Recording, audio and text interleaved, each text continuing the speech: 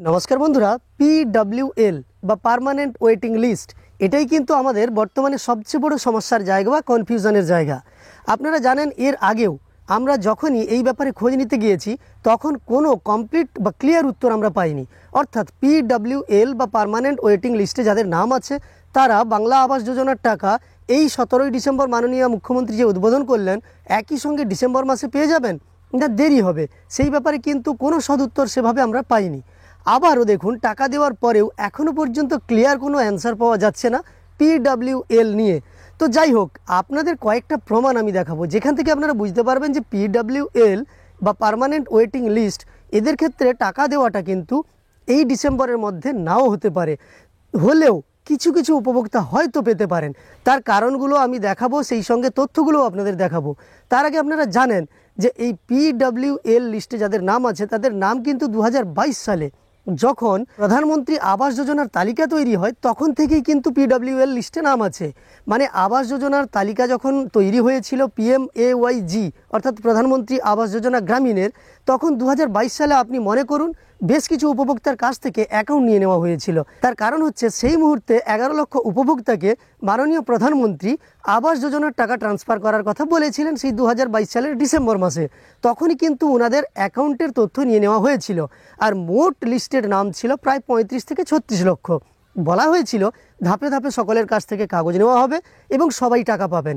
তাই দুটো লিস্ট তৈরি হয়ে যায়, একটা স্যাংশন লিস্ট এবং আরেকটি পার্মানেন্ট ওয়েটিং লিস্ট। স্কোর ধরে ধরে তৈরি হয়েছিল, কিন্তু আপনাদের গ্রাম পঞ্চায়েতে যদি লিস্ট থেকেছিল আপনারা যদি দেখেছিলেন তাহলে বুঝতে পারবেন স্কোর ওয়াইজ একটা নির্দিষ্ট স্কোর পর্যন্ত ডকুমেন্টস জমা করা হয়েছিল, আর নির্দিষ্ট স্কোর থেকে আর ডকুমেন্টস নেওয়া হয়নি, কারণ পরের লটে দেওয়া হবে এই কথা বলা হয়েছিল। সেই যে যাদের অ্যাকাউন্ট নেওয়া হয়েছিল তারাই স্যাংশন লিস্টে থেকে গিয়েছিলেন, এবং বাকিরা যাদের অ্যাকাউন্ট সম্পর্কিত কোনো তথ্য নেওয়া হয়নি ওই সময় তারা কিন্তু থেকে গেছিলেন PWL অর্থাৎ পার্মানেন্ট ওয়েটিং লিস্টে। এক্ষেত্রে বেশ কিছু আমি প্রশ্ন আপনাদের দেখেছি বা আপনারা বেশ কিছু কমেন্ট করেছেন আমার PWL সংক্রান্ত আগের ভিডিওতে, যেখানে আপনারা অনেকেই কমেন্ট করে জানিয়েছেন যে PWL লিস্টে কিন্তু এই 12 লক্ষের মধ্যেই আছে। আচ্ছা, প্রথম এই সমস্যার সমাধান করব, তারপর আবার কমেন্ট করেছেন বেশ কয়েকজন দেখলাম যে PWLরাও কিন্তু টাকা পাচ্ছেন। আমি কমেন্টের জায়গায় লিখেছিলাম যে আপনারা অবশ্যই তথ্য প্রমাণ সহ আমাকে হোয়াটসঅ্যাপে পাঠিয়ে দেন, তাহলে এইভাবে আমাদের তথ্য দিতে সুবিধা হবে, যাতে এই রাজ্যের অধিবাসীরা অন্তত যারা আবাস যোজনার উপভোক্তা তারা এই ব্যাপারটা সম্পর্কে ক্লিয়ার হবেন। কিন্তু কেউই এ পর্যন্ত আমাকে হোয়াটসঅ্যাপে সেই সম্পর্কিত কোনো তথ্য পাঠাননি। তো দেখুন, আপনাদের প্রথম তথ্যটার কথা বলি যে 12 লক্ষ উপভোক্তার মধ্যেই কিন্তু PWL আছে, যাদের মাননীয় মুখ্যমন্ত্রী গত 17ই ডিসেম্বর টাকা ট্রান্সফারের শুভ সূচনা করেছেন। কিন্তু এইটা যদি ঠিক হয়ে থাকে, আমি আমার জেলা পশ্চিম মেদিনীপুরের একটা উদাহরণ দিয়ে আপনাদের বলি। আমার জেলা পশ্চিম মেদিনীপুরে আপনাদের এই এলিজিবল প্লাস স্যাংশন লিস্টের নাম আছে 92,800 সামথিং, মানে আপনি ধরতে পারেন প্রায় 93,000 উপভোক্তার, এবং PWL বা পার্মানেন্ট ওয়েটিং লিস্টে নাম আছে সেক্ষেত্রে প্রায় 1,70,000-এরও বেশি কিছু উপভোক্তার। সেই সঙ্গে মুখ্যমন্ত্রীর গ্রিভেন্স পোর্টাল থেকে নাম আছে, এছাড়াও রেমাল বা ফ্লাডের কারণে যারা অ্যাফেক্টেড হয়েছেন তাদের নাম আছে। কিন্তু টাকা দেওয়া হয়েছে পশ্চিম মেদিনীপুরের ক্ষেত্রে আপনারা দেখলে বুঝতে পারবেন 603,52 লাখ আর সামথিং, মানে এর চেয়ে কিছুটা বেশি টাকা দেওয়া হয়েছে। তো সেক্ষেত্রে আপনি 603,52 লাখকে যদি একটা রাউন্ড ফিগারে ভাগ করে দেখেন 60,000 করে, দেখবেন আপনি 1 লক্ষেরও কিছু বেশি উপভোক্তা টাকা পাবেন। আপনি যোগ করুন পার্মানেন্ট ওয়েটিং লিস্ট বাদ দিয়ে যারা এলিজিবল স্যাংশন লিস্টে আছেন এবং মুখ্যমন্ত্রীর গ্রিভেন্স পোর্টালে যারা আছেন, সেই সঙ্গে রেমাল কিংবা ঘূর্ণিঝড়ের ক্ষেত্রে যাদের ক্ষতি হয়েছে তাদের যে লিস্ট আছে পুরোটা মেলান, তাহলে দেখতে পাবেন 1 লক্ষেরও কিছু বেশি উপভোক্তা আছেন।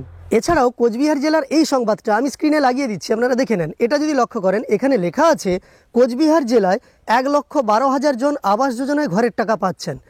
জেলায় 3,91,475টি পরিবারে সমীক্ষা করা হয়েছে। তার মধ্যে 2022 সালে অনুমোদিত তালিকায় 1,34,605 জনের নাম ছিল।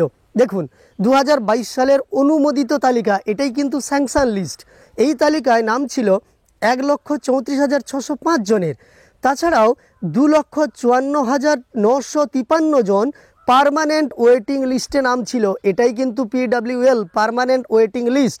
মোট 3,91,475-এর মধ্যে 1,34,605 জনের নাম স্যাংশন লিস্টে ছিল এবং সেই সঙ্গে 2,54,953 জনের নাম পার্মানেন্ট ওয়েটিং লিস্টে ছিল। তাছাড়াও মুখ্যমন্ত্রীর দপ্তরে অভিযোগ জানিয়ে ঘরের আবেদন করেছিলেন 1,917 জন। তো এবার যেটা লিখেছেন দেখুন, জেলা প্রশাসন সূত্রেই জানা যাচ্ছে প্রত্যেকের বাড়িতে সমীক্ষা চালানোর পর 22 সালের অনুমোদিত তালিকা ও মুখ্যমন্ত্রীর দপ্তরে আবেদনকারীদের মধ্যে মোট 1,12,000 জনকে ঘরের টাকা দেওয়া হবে।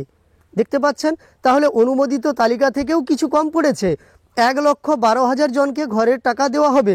তবে পার্মানেন্ট ওয়েটিং লিস্টে থাকা উপভোক্তারা আপাতত ঘরের টাকা পাবেন না, পরের ধাপে তাদের টাকা দেওয়া হবে।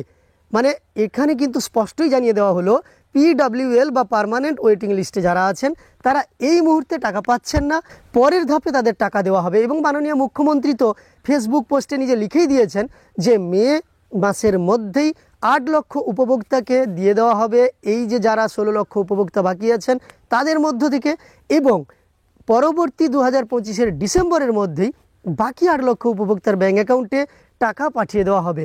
অর্থাৎ মোট বর্তমানে যে 28 লক্ষের তালিকা তৈরি হয়েছে সম্পূর্ণ করে দেওয়া হবে 2025 সালের ডিসেম্বরের মধ্যেই, এমনটাই মাননীয় মুখ্যমন্ত্রী লিখে দিয়েছেন।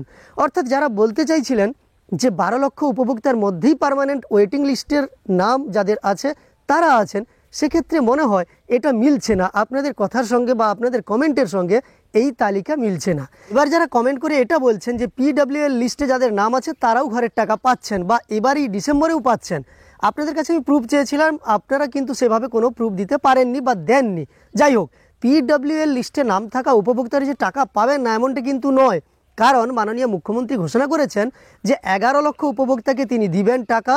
গ্রিভেন্স এবং এই যে প্রাকৃতিক দুর্যোগের ফলে যারা ক্ষতিগ্রস্ত হয়েছেন তাদের মধ্য থেকে 1 লক্ষ উপভোক্তাকে দিবেন, তাহলে মোট 12 লক্ষ উপভোক্তাকে তিনি টাকা দিবেন। এবার আপনাদের এই প্রশ্নটা সঙ্গত যে যদি 11 লক্ষ উপভোক্তা এর আগেই, অর্থাৎ যখন প্রধানমন্ত্রী আবাস যোজনায় টাকা দেওয়ার কথা ছিল তখন থেকেই যদি 11 লক্ষ উপভোক্তার নাম থেকে থাকে স্যাংশন লিস্টে, তাহলে বেশ কিছু নাম তো বাদ গিয়েছে, এক্ষেত্রে কী করে 11 লক্ষ উপভোক্তা হচ্ছে? সেজন্য আপনাদের বলছি হয়তো কিছু কিছু নাম পার্মানেন্ট ওয়েটিং লিস্ট থেকে নেওয়া হতে পারে। মানে আপনাদের কমেন্টের উত্তরে আমি যেটা বলতে চাইছি, পার্মানেন্ট ওয়েটিং লিস্ট থেকে কিন্তু 2-1 জনকে নেওয়া হতে পারে ওই 11 লক্ষ পূরণ করার জন্য। মানে জেলা ভিত্তিক যে টাকা স্যাংশন করা হয়েছে, পাঠিয়ে দেওয়া হয়েছে জেলাগুলোতে, সেই ক্ষেত্রে কিন্তু যদি দেখা যায় যে স্যাংশন লিস্টে যাদের নাম আছে তাদের চেয়ে হয়তো বেশি টাকা স্যাংশন হয়েছে, সেক্ষেত্রে আপনাদের থেকে হয়তো বা পার্মানেন্ট ওয়েটিং লিস্ট থেকে কয়েকজন উপভোক্তাকে দেওয়া হতে পারে, এটা আমার ধারণার কথা বলছি। এবং আমি যদি আমার এলাকার কথা বলি, এখানে কিন্তু এখনও পর্যন্ত বলা হচ্ছে যে গ্রাম পঞ্চায়েতে যে তালিকা আছে সেই তালিকা ধরে সম্পূর্ণ টাকা বা সবাইকেই টাকা দেওয়া হবে, এই ডিসেম্বরেই সব কিছু কমপ্লিট করা হবে, এখনও পর্যন্ত এমনটাই জানানো হচ্ছে। এই জন্যই বলছি আপনাদের PWL বা পার্মানেন্ট ওয়েটিং লিস্ট এখন কনফিউশন তৈরি করেছে। আমরা যেটুকু তথ্য পাচ্ছি তথ্যের ভিত্তিতে আপনাদের জানাচ্ছি, এবং আরও একটি ভিডিও আপনাদের দেখাবো এরপরে, যেখানে পূর্ব মেদিনীপুর জেলায় যখন টাকা দেওয়া হয় তখনই যা জানানো হয়েছিল যে এই মুহূর্তে 55,000 উপভোক্তাকে টাকা দিয়ে দেওয়া হলো, কিন্তু বাকি যারা আছেন পার্মানেন্ট ওয়েটিং লিস্টে পরবর্তীকালে বা পরবর্তী ধাপে তাদের টাকা দেওয়া হবে, এটাও স্পষ্ট জানানো হয়েছে। আমি আমার এই ভিডিওর পরেই সেটা দিয়ে দিচ্ছি, আপনারা দেখে নিন। এবার সিদ্ধান্ত আপনাদের, আপনারা কমেন্ট করে অবশ্যই জানাতে পারেন। আর আপনার এলাকায় যদি এইভাবে PWLদের ঘর দেওয়ার টাকা দেওয়া হয় তাহলে কিন্তু অবশ্যই আমাকে হোয়াটসঅ্যাপে সেই তথ্য পাঠাবেন। সেক্ষেত্রে কয়েকটা প্রমাণ দিবেন যে ওর নাম বা ওই ব্যক্তির নাম PWL লিস্টে ছিল এবং উনি টাকা পেয়েছেন তারও প্রমাণ। এইগুলো দিলে আমরা কিন্তু ভিডিওর মাধ্যমে দেখাতে সক্ষম হব। তাছাড়াও এই ডিসেম্বর মাস পর্যন্ত একটু অপেক্ষা করুন, যদি দেখা যায় যে PWL থেকে নাম নেওয়া হচ্ছে, আমার এলাকাতেও হতে পারে, তখন কিন্তু আপনাদের আমি সহজেই জানাতে পারবো। আশা করি আজকের এই ভিডিওর মাধ্যমে PWL নিয়ে আপনাদের সমস্ত কনফিউশন দূর করতে পেরেছি আমার মনে হয়। তো আপনাদের আরও কিছু কনফিউশন থাকতে পারে, কমেন্টে জানাবেন। আর আমার দেওয়া তথ্যগুলো আপনার যদি সঠিক মনে হয় তাহলে একটি লাইক করে উৎসাহিত করার সঙ্গে সঙ্গে এই চ্যানেলের সঙ্গে যুক্ত থাকতে চ্যানেলটিকে সাবস্ক্রাইব করে রাখবেন। চলুন পূর্ব মেদিনীপুরের ভিডিওটি আপনি দেখে নেন। কি কোনো বাদ থেকে গেল বা কিছু? না, যেটা হচ্ছে যে আমাদের এইখানে স্যাংশন বেনিফিশিয়ারি যারা আছেন এবং যারা বিভিন্ন CMRO গ্রিভেন্সে যারা অ্যাপ্লাই করেছিলেন পোর্টালে, এছাড়াও যাদের ঝড় বৃষ্টিতে র্যামেলে ইত্যাদিতে ঘর বাড়ি ড্যামেজ হয়েছিল এবং কিছু কোর্ট কেসে যারা অ্যাপ্লাই করেছিলেন তাদেরকে মূলত স্যাংশন দেওয়া হলো। পার্মানেন্ট ওয়েট লিস্টে যারা আছেন তাদেরকে এই পর্যায়ে দেওয়া হলো না, এটা আগামী দিনে গভর্নমেন্ট যেভাবে ডাইরেকশন দেবেন তখন সেভাবে দেওয়া হবে।